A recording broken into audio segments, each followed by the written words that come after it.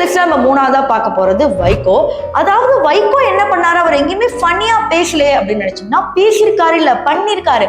அதாவது நாங்க தண்ணியே குடிக்காம நாங்க போராட போறோம் அப்படின்னு சொல்லி தாகத்தோட இருந்து போராடிட்டு இருந்தவர் திடீர்னு ஒரு கிளாஸ் தண்ணியை வாங்கி குடிச்சிட்டாரு.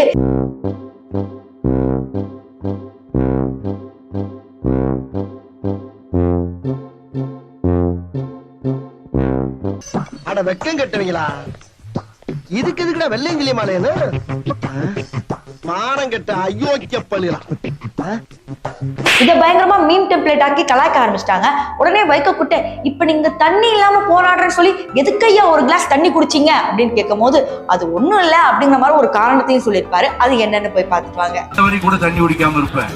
எனக்கு அது தெரியாம அரை டம்ளர் வெந்நிய குடிச்சு போட்டேன். எனக்கு இன்னும் நோட்டீஸ் என்கிட்ட கொடுக்கலையே அவங்க. சும்மா இப்ப கொண்டாந்து கொடுக்குறாங்க நோட்டீஸ். மாட்டிக்கிட்ட பங்கு